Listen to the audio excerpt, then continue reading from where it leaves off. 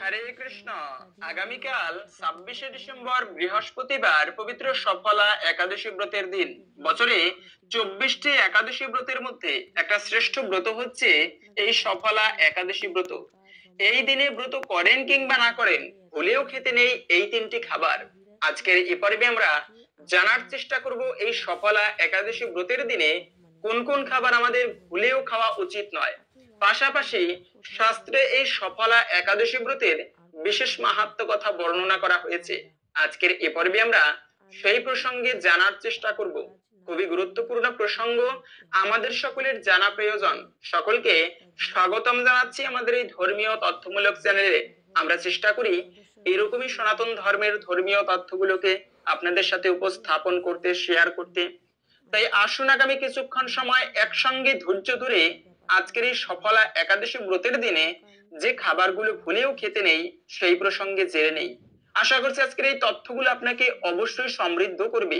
ভালো লেগে থাকলে অবশ্যই একটা লাইক করে কমেন্টে আপনার ইষ্ট দেবতার নামটি অথবা ভগবান শ্রীকৃষ্ণের নামটি একবার হলেও লিখে যাবার অনুরোধ জানাচ্ছি। দেখেন, যত প্রকার ব্রত রয়েছে সর্বশ্রেষ্ঠ ব্রত হচ্ছে কিন্তু যেমন শনিবার, শনি দেবতার দিন। এই দিনে যারা উপবাস করে শনিদেবের পুজো করে তাদের প্রতি শনিদেবের বিশেষ কৃপা হয় এবং গ্রহদোষ দূর হয়। বৃহস্পতিবার মা লক্ষ্মীর দিন, এমনকি সোমবার প্রভু শিবের দিন। তো একাদশী ব্রতের দিনটি হচ্ছে হরিবাসর। এই দিনটি যে বাড়ি হোক না কেন, এটি হচ্ছে ভগবান শ্রী বিষ্ণুর অত্যন্ত প্রিয় দিন।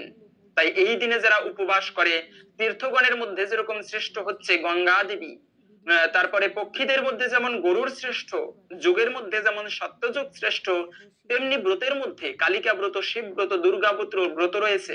সকল ব্রতের মধ্যে শ্রেষ্ঠ ব্রত হচ্ছে একাদশী ব্রত।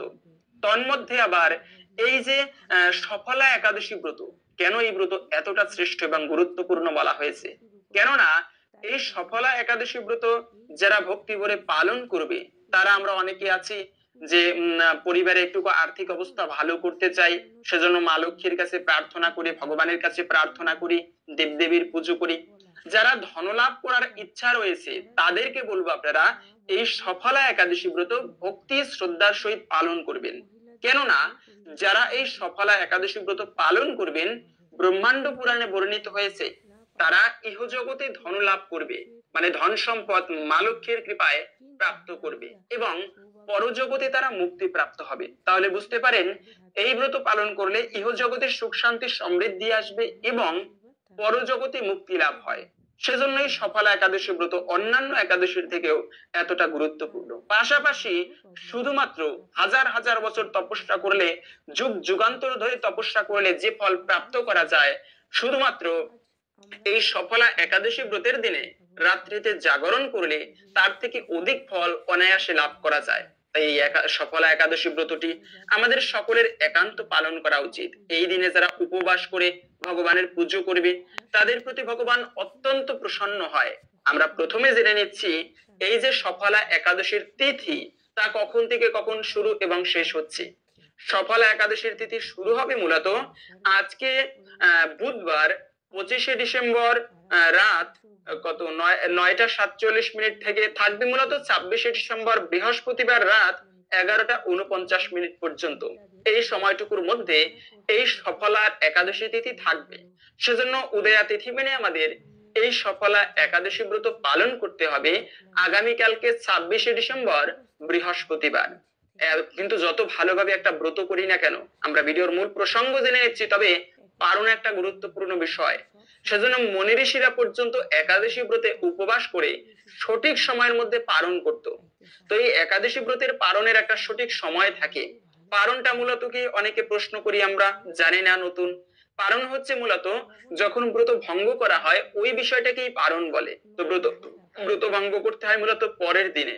এই সফলা একাদশী ব্রতের পালন করতে হবে শুক্রবার সকাল 7টা 42 মিনিট থেকে 10টা 12 মিনিট পর্যন্ত। এই সময়টুকুর মধ্যে ভগবানের পঞ্চরূপী শস্য প্রসাদ দিয়ে পালন করতে হবে। একাদশী ব্রতের দিনে কোন কোন খাবার খাওয়া উচিত নয় তা জানার পূর্বে আমরা প্রথমত জেনে নিচ্ছি কি কি খাওয়া যাবে। একাদশীর দিনে মনে রাখবে সর্বোত্তম হচ্ছে যদি কেউ নির্জলা ব্রত করতে পারে, একেবারে জল ফোঁটা পর্যন্ত গ্রহণ করবে না, এটি হচ্ছে সর্বোত্তম একাদশী ব্রতের দিনে। যারা সম্পূর্ণ ফল আমরা লাভ করতে চাই একাদশী ব্রতের, তাদেরকে বলবো আপনারা এইভাবে ব্রত করবেন। এতে ভগবানের বিশেষ কৃপা লাভ হয়, একাদশী ব্রতের সম্পূর্ণ ফল লাভ করা যায়। কিন্তু যারা অপারগ, যেন আমি নিজেও একাদশী ব্রতের দিনে ফলমূল খেয়ে ব্রত করি, তো এইভাবে করে আমার মতো আপনারা ব্রত করতে পারেন।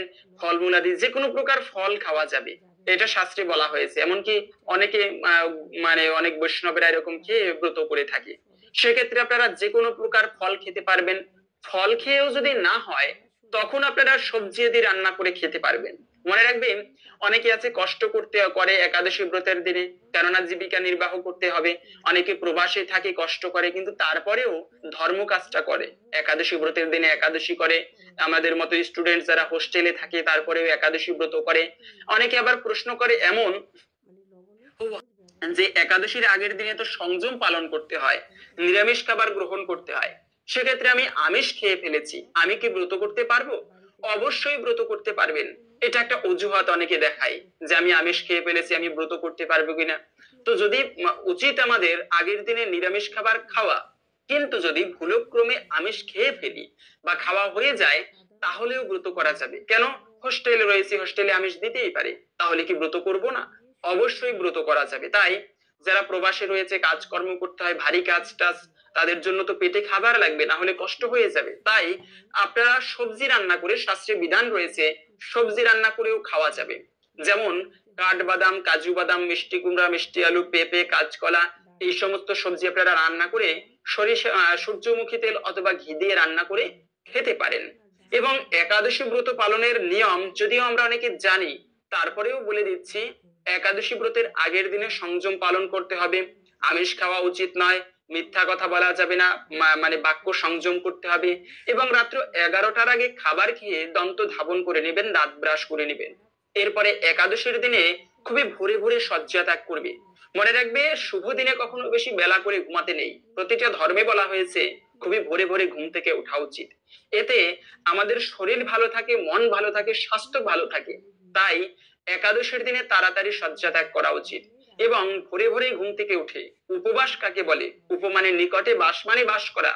এই দিনটিতে হরির সান্নিকটে বাস করা উচিত, ভগবানের সান্নিধ্যে কাটানো উচিত, ভক্ত সঙ্গে কাটানো উচিত। এখন আমি ব্রত করলাম, আজে বাজে সঙ্গ করে বেড়াই, মিথ্যা কথা বলি, ভক্ত সঙ্গ করি না, এটাকে প্রকৃত ব্রত বলে না। প্রকৃত ব্রত হচ্ছে এই দিনটি ভগবানের সেবায় কাটানো উচিত।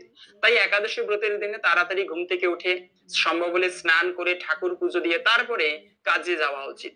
এভাবে করে ব্রতের দিনটি অতিবাহিত করে দ্বাদশীর দিনে যে পারণের সময়টা বললাম, সেই সময়ের মধ্যে পালন করে নেবে পঞ্চরবি শস্য দিয়ে।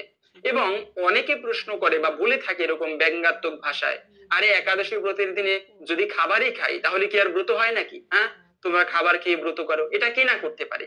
আরে এইটুকু করেন। কিন্তু শাস্ত্রীয় তো বিধান আছে, ফলমূলাদি খাওয়া যাবে, সবজি গ্রহণ করা যাবে। তো সেজন্য একাদশী ব্রতের দিনে অবশ্যই খাবার খাওয়া যাবে। কাউকে কখনো ব্যঙ্গ করা বা ছোট করে কথা বলা উচিত নয়। এটা মূলত শাস্ত্রের বিধান। অনেকে আছে তুলসীতে জলদান করতে গেলে, এই দিনে অনেকে বলে থাকে যে একাদশীর দিনে নাকি তুলসীতে জলদান করা যায় না। এই প্রশ্নটা বেশি বেশি আসে অনেক সময় আমাদের মধ্যে, যে অনেক মহারাজরা বলে থাকে একাদশীর দিনে নাকি বৃন্দা দেবীকে জল দেওয়া যায় না, কেননা তুলসী পত্র ছাড়া ভগবান বিষ্ণুর পুজো হয় না। আর সেই তুলসী দেবীর সেবা করলে, মনে রাখবে, ভগবানের পুজোটা যদি ঠিকভাবে না করতে পারো, কিন্তু কেউ যদি প্রতিদিন নিয়ম করে তুলসী সেবা করে, এতেও ভগবান তার প্রতি অত্যন্ত প্রসন্ন হয়। এবং সে ব্যক্তিও ভগবানকে ভগবানের কৃপা লাভ করতে পারবে। কেননা যেখানে বৃন্দা দেবী অবস্থান করে, তুলসী দেবীর একটা নাম হচ্ছে বৃন্দা দেবী, যেখানে বৃন্দাদেবী অবস্থান করে সেই স্থানটাই বৃন্দাবন। আর সেই বৃন্দাবনের সেবা করা মানে সাক্ষাৎ ভগবান বিষ্ণুর সেবা করা। কিন্তু সেই তুলসী সেবায় তুলসীতে জল দেওয়া উচিত নয় একাদশীর দিনে, এরকমটা অনেকে বলে থাকে। কেননা যুক্তি হচ্ছে কি, যুক্তি হচ্ছে এরকম দেখায় যে তুলসী দেবীও একাদশী ব্রত পালন করে, সেক্ষেত্রে তাকে জল নিবেদন করলে এতে ব্রত ভঙ্গ হয় না, এরকমটা নয়। তুলসী দেবীকে যে জলদান মন্ত্র, সেখানে বলা হয়েছে যে স্নাপয়ামি জগদ্ধাত্রী, মানে আমি তুলসী দেবীকে স্নান সেবা নিবেদন করি, স্নান করাচ্ছি। এখন স্নান কেনা করি একাদশীর দিনে, স্নান করানো মানে এই নয় যে তাকে জল দিয়েছি তাকে পান করার জন্য, না। একাদশীর দিনে তুলসী দেবীকে জল দেওয়া যাবে, এটাই শাস্ত্রীয় বিধান। কোন শাস্ত্রে সরাসরি বলা হয়নি, কোথাও পাবেন না কেউ শাস্ত্রের রেফারেন্স বা সরাসরি কোনো শ্লোক দেখাতে পারবে না, প্রমাণ দেখাতে পারবে না যে একাদশের দিনে তুলসী দেবীকে জল দেওয়া উচিত নয়। আর যত বড় ব্যক্তি হোক, যদি সে শাস্ত্রের কোনো প্রমাণ দেখাতে না পারে যে এই কথাটা শাস্ত্রে আছে, তাহলে সেটা আমরা ততটা পালন করব না যদি ভালো না হয়। সেজন্য একাদশী ব্রতের দিনে অবশ্যই তুলসী সেবা করা সর্বোত্তম। যে কেউ একাদশীতে জলদান করতে পারবেন। এবং একাদশীতে রান্না করা খাবার, অনেকে এই প্রশ্নটা করে থাকে যে একাদশীর দিনে রান্না করা খাবার কি আমরা দ্বাদশীর দিনে খাতে মানে গ্রহণ করতে পারবো কিনা। কারণ মনে রাখবে, আমাদের জন্য একাদশী ব্রত, ভগবানের জন্য তো নয়। তাই ভগবানকে অবশ্যই ভোগ দিয়ে সেই প্রসাদ একাদশীর দিনে আমরা গ্রহণ না করে দ্বাদশীর দিনে আমরা সংগ্রহ করে রেখে দিব। তারপরে দ্বাদশের দিনে সেই ভোগ গ্রহণ করব। এবং সধবা মায়েরা ব্রত করতে পারবে কিনা, এই প্রশ্নটা বেশি বেশি করে অনেকে, যে সধবা মায়েরা বা অনেক একজন মা আমাকে এরকমও প্রশ্ন করেছেন যে আমি তো ব্রত করি, কিন্তু পরিবারের সকলের জন্য রান্না করে দিতে হয়, এটা অপরাধ হবে কিনা? কারণ আমি তো ব্রত করেছি, সেক্ষেত্রে তাদের জন্য রান্না করে দিলে অপরাধ হবে কিনা। মনে রাখবে, পরিবারের বোঝা উচিত, একটা ব্যক্তি যদি কেউ ধর্ম কাজ করে তাকে উৎসাহ দেওয়া উচিত। পরিবারের একটা মা যদি ব্রত করে, সবাই মিলে তাকে ওই দিনে কাজকর্ম থেকে একটু বিরত দিয়ে, যে মা তুমি আজকে ভগবানের সেবাটা ভালোভাবে করো, এভাবে তাকে একটু বিশ্রাম দেওয়া উচিত। তারপরেও যদি ঠাকুর ভগবানের পরিবারের জন্য রান্না করতে হয়, এটা দোষের নয় আমি মনে করি। কেননা ভগবান তো দেখবে যে আপনি অপারগ, পরিবারের জন্য রান্না করে দিতে হচ্ছে, তাদেরও কেউ নেই রান্না করার মতো, তাই এটা দোষণীয় নয় আমি মনে করি, ভগবান তো দেখছেন। এবং সধবা মায়েরা ব্রত করতে পারবে কিনা, এতে কি স্বামী সন্তানের অকল্যাণ হয়? শাস্ত্রে কি বলা হয়েছে? মনে রাখবে, যে কেউ ব্রত করতে পারবে, কি সধবা কি বিধবা, বরঞ্চ উপবাস না করলে তার অমঙ্গল হয়। তাই একাদশী ব্রতের দিনে যে কেউ ব্রত করতে পারবে। দ্রৌপদী ব্রত করত, তারপরে মা পার্বতী ব্রত করে, তারা কি সধবা নয়? অবশ্যই যে কেউ ব্রত করতে পারবে, বরঞ্চ এটা একটা অপযুক্তি, এই সিদ্ধান্তে কখনো কান দেবেন না।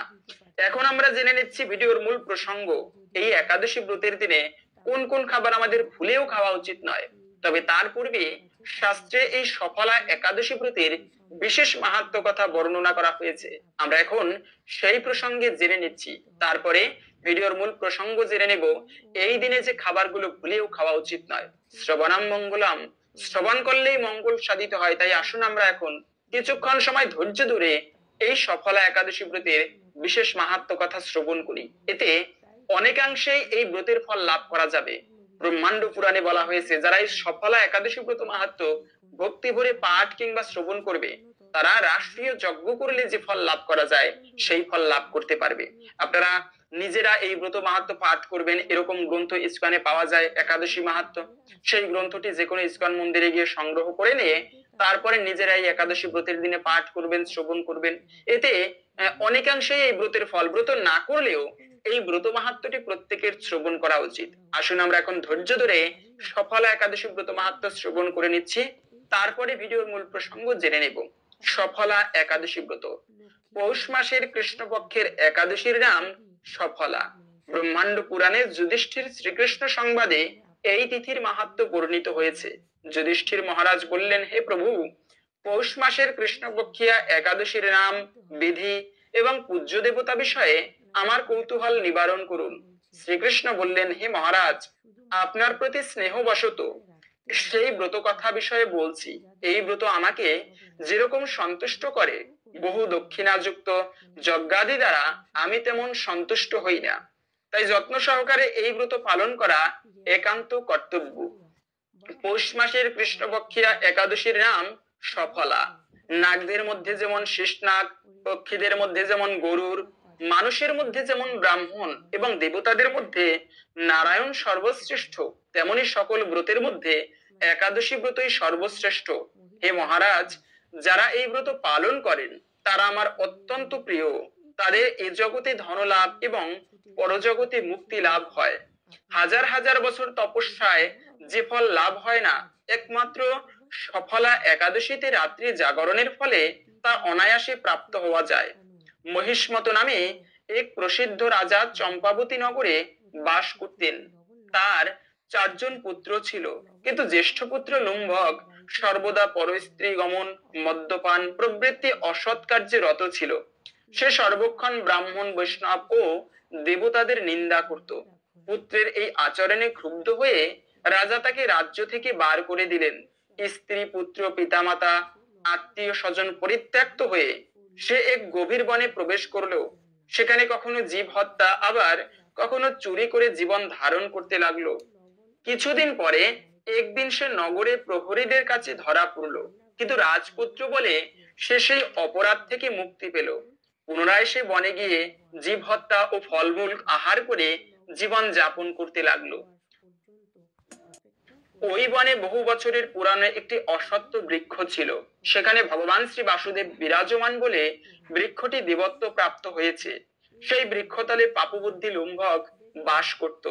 বহুদিন পর তার পূর্বজন্মের কোনো পুণ্য ফলে সে পৌষ মাসের দশমী দিনে ফল আহার করে দিন অতিবাহিত করলো। কিন্তু রাত্রিতে অসহ্য শীতের প্রকোপে সে মৃতপ্রায় হয়ে রাত্রি যাপন করলো। পরদিন সূর্যোদয় হলেও সে অচেতন হয়েই পড়ে রইল। দুপুরের দিকে তার চেতনা ফিরল। ক্ষুধা নিবারণের জন্য সে অতি কষ্টে কিছু ফল সংগ্রহ করলো। তারপরে সেই বৃক্ষতলে এসে পুনরায় বিশ্রাম করতে লাগলো। রাত্রিতে খাদ্যাভাবে সে ক্রমশ দুর্বল হয়ে পড়লো। সে প্রাণ রক্ষার্থে ঈশ্বরের উদ্দেশ্যে ফলগুলি নিবেদন করলো। হে ভগবান, আমার কি গতি হবে বলে অশ্রুপাত করতে করতে সেই বৃক্ষতলে, হে লক্ষ্মীপতি নারায়ণ, আপনি প্রসন্ন হন বলে সেই ফলগুলি ভগবান শ্রী নারায়ণকে নিবেদন করলো। এইভাবে সে অনাহারে ও অনিদ্রায় সেই রাত্রে যাপন করলো। ভগবান নারায়ণ সেই পাপী লুম্ভকের রাত্রি জাগরণকে একাদশীর রাত্রি জাগরণ এবং ফল অর্পণকে ভগবান নারায়ণের পূজ্য বলে গ্রহণ করলেন। এইভাবে অজ্ঞাত সারে পাপী লুম্ভকের সফলা একাদশী ব্রত পালন হয়ে গেল। প্রাতকালে আকাশে দৈববাণী হলো, হে পুত্র, তুমি সফলা ব্রতের পূর্ণ প্রভাবে রাজ্য প্রাপ্ত হবে। সেই দৈববাণী শোনামাত্র লুম্ভক দিব্য রূপ লাভ করলো। তার পাপবুদ্ধি দূর হলো। সে পুনরায় নিষ্কণ্টক রাজ্য লাভ করলো। কিছুকাল স্ত্রী পুত্র সহ সে রাজ্য সুখ ভোগের পর পুত্রের উপর রাজ্যের ভার অর্পণ করে সুপি দিয়ে সে সন্ন্যাস আশ্রম গ্রহণ করলো। অবশেষে মৃত্যুকালে সে অশোক অভয় ভগবানের কাছে ফিরে গেল। হে মহারাজ, এভাবে সফলা একাদশী যিনি পালন করেন তিনি জাগতিক সুখ এবং পরে মুক্তি লাভ করেন। এই ব্রতে যারা শ্রদ্ধাশীল তারাই ধন্য, তাদের জন্ম সার্থক, এতে কোনো সংশয় নেই। এই ব্রত পাঠ এবং শ্রবণে মানুষের রাষ্ট্রীয় যজ্ঞের ফল লাভ হয়ে থাকে। আশা করি বুঝতে পেরেছেন এই পবিত্র সফলা একাদশী ব্রত পালনের মাহাত্ম্য কথা। সেজন্য আমাদের প্রত্যেকের উচিত এই ব্রতটি ভক্তি ভরে পাঠ করা, মানে পালন করা, এবং সকলের মাঝে এই তথ্যগুলো ছড়িয়ে দিবেন যেন আমরা সবাই এই ব্রত প্রসঙ্গে জানতে পারি। কিন্তু এই একাদশী ব্রতের দিনে কোন কোন খাবার আমাদের ভুলেও খাওয়া উচিত নয়? প্রথমত হচ্ছে আমিষ খাবে না।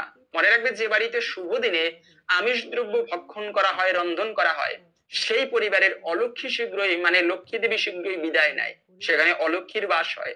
তাই অন্তত পক্ষে একাদশী ব্রতের দিনে ভুলেও কখনো আমিষ খাবার ভক্ষণ করা উচিত নয়, এতে মহাপাপ হয়ে থাকে। সাবধান, এই কার্যটা কেউ কখনো করবে না, এতে মহা অপরাধের বিষয় বলা হয়েছে।